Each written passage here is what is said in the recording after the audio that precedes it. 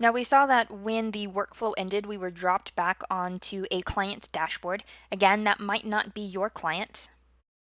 But at this point, if the household opted for a domestic service provider referral, and if the household opted to share their information, then you would click on the coordinated entry workflow icon one more time.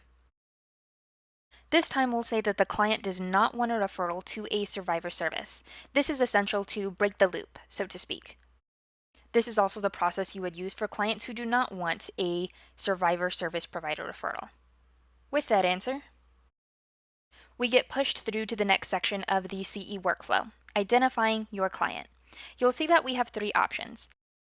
Add a new client, use the current client, and select another client. If you have done intakes before, these options should look familiar to you. Add a new client is when you are sure the client you are trying to enter is not already in the system.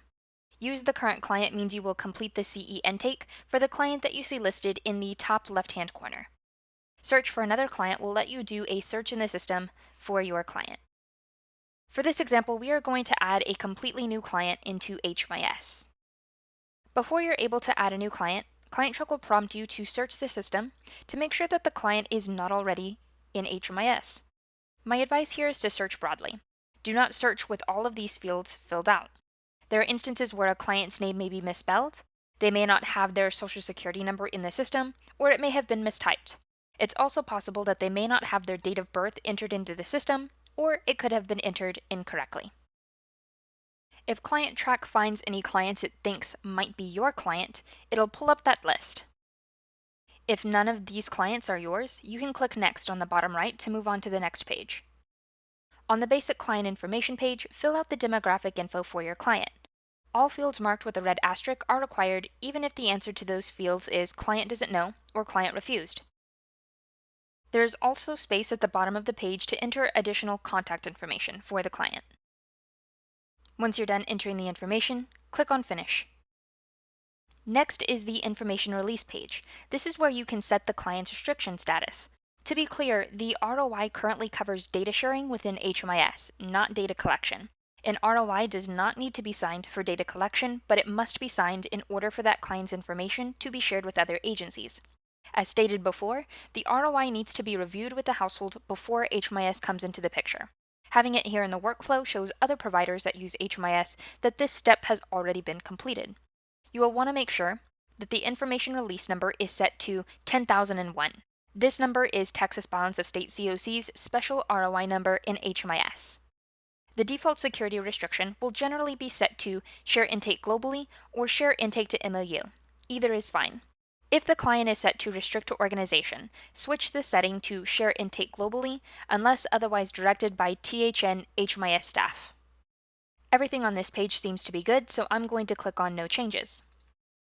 The Family Members page is where you can add members of the client's household to the client.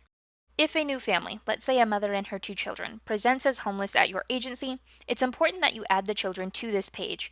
This ensures that the clients will show on the FBI SPDAT. You can add family members in 2 ways. If you know or think the family member is already in the system, you can click on the magnifying glass and search for them as normal. Or you can click in one of the empty rows and manually type out the information across the row. For this example, I'm going to say that our client presented at our agency on their own. They don't have any family members.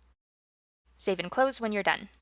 From the program enrollment page, select the Texas Balance of State Coordinated Entry Program. Keep in mind that coordinated entry is not really a program. Coordinated entry is a process. CE is listed as a program here because of the way our HMIS is set up. Your client and any of their family members will then appear below the Program drop-down menu. Select all clients who are going through coordinated entry with the head of household. Simply click on the client row for it to automatically highlight. For the sake of this example, I am going to change the client's entry date to the 1st of the month. The expectation with coordinated entry, though, is that you will be doing real-time data entry. All family members included in coordinated entry will need to go through the Universal Data Assessment. This page will be shorter for minors. For those of you that have done program intakes before, this page is going to look very familiar to you. It's the same page that's in all other intakes for all programs within HMIS. And this page is important because the questions can be used to document the severity of the client's homelessness. As always, save the page when you're done. After completing the Universal Data Assessment, the next step is to complete a VI-SPDAT or FVI-SPDAT for your household. Users will be taken to the VI-SPDAT history page, the only place within the workflow to add the assessment. Complete the VI-SPDAT with households made up of only adult individuals. Each adult individual will be assessed with the VI-SPDAT, and this page will appear in the workflow for each adult client in the household. So, please make sure that the assessment you are saving is for the client that you see listed in the top left-hand corner of your screen. Complete the FVI-SPDAT with households made up of adults and children. Only the adult head of household will be assessed with the FVI-SPDAT. While the workflow may prompt you to complete the FVI-SPDAT with each adult member of the household, do not complete the assessment for any other adult members of the household. In other words, for any other adult members of the household, skip the VI-SPDAT history page. Again, that scenario is only for households made up of adults and children. In this example, since our client is on his own, we're going to click on Add New VI-SPDAT Assessment. At the top of the assessment is an administration information section that contains the name of the user inputting the assessment, the date and time of the assessment, and a field called Interview Location. The interview location should be filled out according to the location naming conventions that your community has set up. Notice that each red box within the SPDAT tallies up the client score for that section. After finishing the assessment and scrolling down to the bottom, notice that the VI-SPDAT tallies up the client score and lists the different housing interventions in the right-hand results box. Please keep in mind that the recommendations are slightly different for single and family VI-SPDATs based on the score.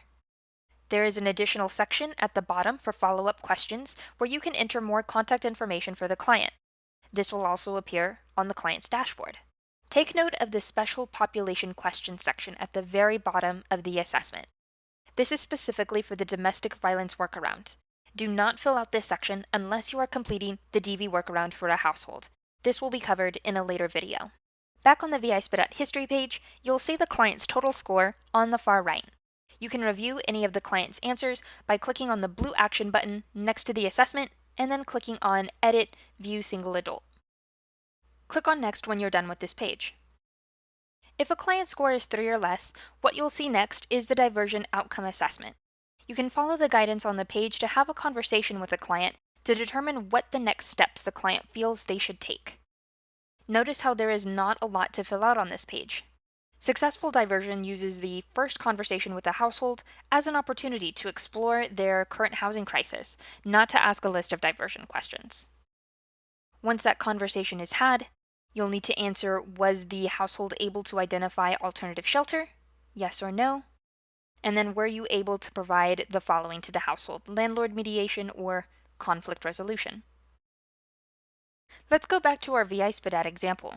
What if the client's score was higher than a 3? What if they scored a 7 instead?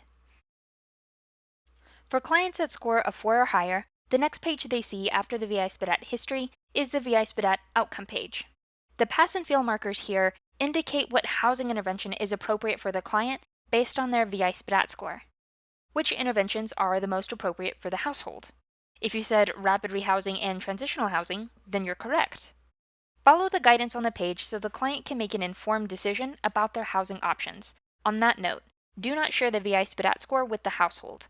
Only the housing recommendation or intervention should be shared with the client. If your household completed an FVI-SPDAT and there is more than one adult in the household, the non-head of household adults will also see this eligibility page.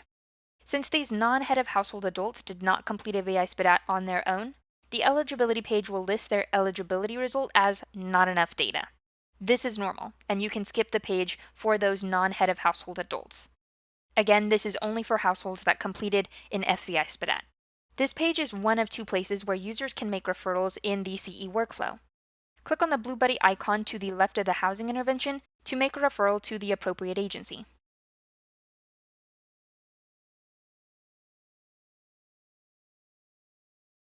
Keep in mind that while this example is for rapid rehousing, the process will look the same for households where permanent supportive housing is the most appropriate intervention. Once you're done with this page, click Skip on the bottom right. After working through the Diversion Outcome Assessment or the VI-SPDAT Outcome page, you'll be taken to a page where you can record the client's unmet needs. Unmet needs are those services that would benefit the client, but the services are either unavailable in the community due to funding or other circumstances, or the client is ineligible for those services. Check off any unmet need the client may have and select the reason for that unmet need. If you choose Other as a reason, then you'll be asked to elaborate a little on what that other reason is. Save and close when you're done to move on to the next page. And here we have the final page of the workflow, which is the Quick Referrals page. You can add multiple referrals for a client through the Quick Referrals page, and it may be easier when making multiple referrals at one time to use this page. There's not a rule that says you must make referrals only to other agencies. You can also make referrals to your own agency as well. You must first select the referral service before clicking on the magnifying glass icon to search for a provider. Keep in mind that Quick Referrals and Unmet Needs will only show for the head of household. Save and close when you're done. Once you are through entering the necessary unmet needs and referrals for your client, the workflow is going to end. You will then be dropped back onto the client's dashboard, where you should see the coordinated entry enrollment that you just created. But we're not completely done though. After going through the CE workflow, you need to update the client CE status to Assessed. Projects will follow this same process to update the CE status as a household is contacted for housing and/or put into housing. Indicate instances where the client has been contacted, the client accepts or declines services, or if the client was housed. To do this, click on the Services menu option. You may need to expand your menu to see this. Click on Services, then click on Add New Service. The enrollment is required, so select the coordinated entry enrollment you just created. And in the Services drop-down menu, there should be a section specifically for CE statuses. Click on Client Assessed, and then Save. And you're done. You can see the CE status on the client's dashboard. And in the next video, we will cover referrals in more depth.